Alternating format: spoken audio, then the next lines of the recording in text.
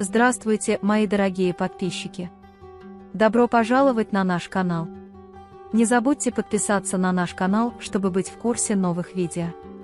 Бэрон пытается объяснить Дилану, но Дилан очень злится. Наконец, он все ясно объясняет, что, возможно, мертвый ребенок мог быть нашим. Дилан очень потрясен, когда слышит это, а Бэрон держит его и не дает упасть.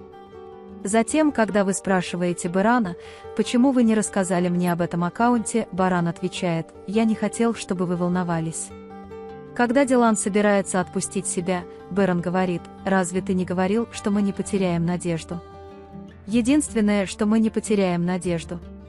Дилан опустошена, и Бэрон насильно ее успокаивает. Когда госпожа Хассер спрашивает Джейду, откуда она узнала о Дилане, Джейда отвечает: «Мама, луна царапает мне рот». Эта ситуация радует Гэжу Хаджер. Пока Баран сидит один в беседке, к нему приходит Тарик, узнает, что произошло, и делает вид, что расстроен. Дилан с грустью приходит в комнату Мирана, любит фотографию сына, обнимает его вещи и плачет. В это время приходит Чинар и спрашивает, почему она плачет. Дилан объясняет, что она не знает, что делать, и очень напугана.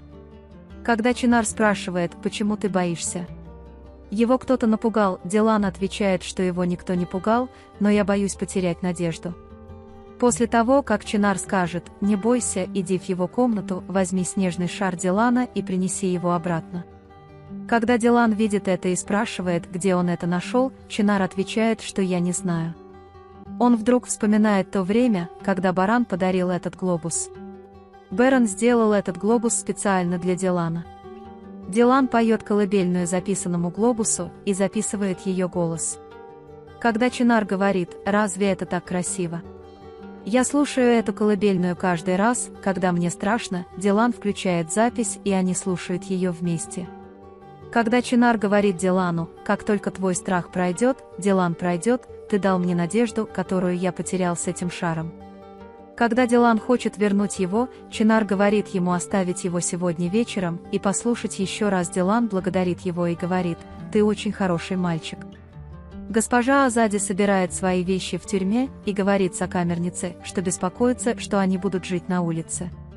Пока Дилан сидит в комнате и плачет и смотрит на глобус, приходит Берфин и говорит, что я взял снежный шар без разрешения. Когда Дилан говорит, что это не важно, Берфин вспоминает, что Чинар много плакал, когда был ребенком, Джейда было все равно, я всегда укладывал его спать, а потом он вспоминает, что Чинар успокоился, когда услышал эту колыбельную. И рассказывает Дилану: «Я думаю, это твой голос». Когда я говорю, я воспитала Чинара этим, Дилан говорит, когда Миран плачет, я бы успокоил ее этой колыбельной, пусть этот глобус принадлежит Чинару. Хотя Берфин говорит, что это не может быть Миран, Дилан передает его Берфину, говоря: «Мой ребенок не со мной, но это дает мне силы сделать другого ребенка счастливым», и она благодарит Дилана. Пока Дилан и Баран болтают, в дверь звонят, и это Чинар. Когда Бэрон открывает дверь, он спрашивает, здесь ли Дилан, приглашает его войти, говоря: «Иди сюда». Когда Чинар говорит: «Ты отправила этот глобус моей тете, но он мне сейчас не нужен, я заберу его у тебя, если испугаюсь», Дилан говорит: «Большое спасибо, ты избавил меня от страха». Бэрон спрашивает: «Так ты преодолел страх Дилана?» Чинар желает спокойной ночи и выходит из комнаты. Пока Дилан и Баран лежат на кровати, смотрят на глобус в своих руках и говорят о нем, они вспоминают время, когда они оставили Чинара в особняке и пошли гулять, созвонились по видео и спели с Бараном колыбельную. Они поют колыбельную под запись голоса Дилана на снежном шаре. Потом они вспоминают тот момент, когда Миран спел им колыбельную и уложил спать. Пока Дилан и Бэрон были снаружи, Дилан сказал, что он обеспокоен тем, что наша ДНК совпадает с ДНК ребенка в могиле. Бэрон говорит, что ваша надежда спасла нас, и не забывайте об этом даже в самый темный день. Он ждет момента, когда выйдет Азади Ханем, и в особняке ощущается отсутствие матери. Когда Бэрон говорит: «Если Дилан соответствует ребенку в могиле», Баран говорит: «Надеюсь, он не подойдет». И они отправились забрать госпожу Азади. Гэжи Хаджер не терпится противостоять Гэже Азади, и она отправляет Джейду в свою комнату, чтобы принести кольцо женщине. Джейда приносит кольцо и наконец говорит: «Мама, все на своем месте, ты здесь отлично выглядишь». Затем он становится перед Хасаном и говорит: «Как тебе это понравилось?» Что мы говорили? Нет времени, которое не возвращается назад. Когда-то ты был лидером, теперь я прошел, я сделаю, ты переживаешь 1000 худших вещей, чем то, через что ты заставил нас пройти. Он говорит: «Я заставлю вас и Азади заплатить за каждую пощечину и каждое избиение, которое получили мои дети, в то время как я причиняю вам величайшую жестокость». На этот раз для Карабеев действительно начнется новая эра. Когда приходит Тарик, он спрашивает: «Что вы сделали с работой под НК?»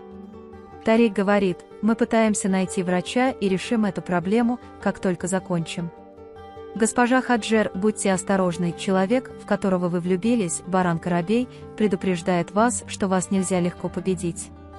Когда Баран и Дилан приходят в особняк вместе с Гэжу и Азади и Геном Кудретом, госпожа Хаджер приветствует их у двери. Баранс и Тарыкс смотрят друг на друга и некоторое время просто смотрят друг на друга. Когда госпожа Хаджер надевает кольцо себе в глаза, госпожа Азади расстраивается. С другой стороны, он смотрит на Хасана. Затем, когда выходит Чинар, все обращают на него взгляды.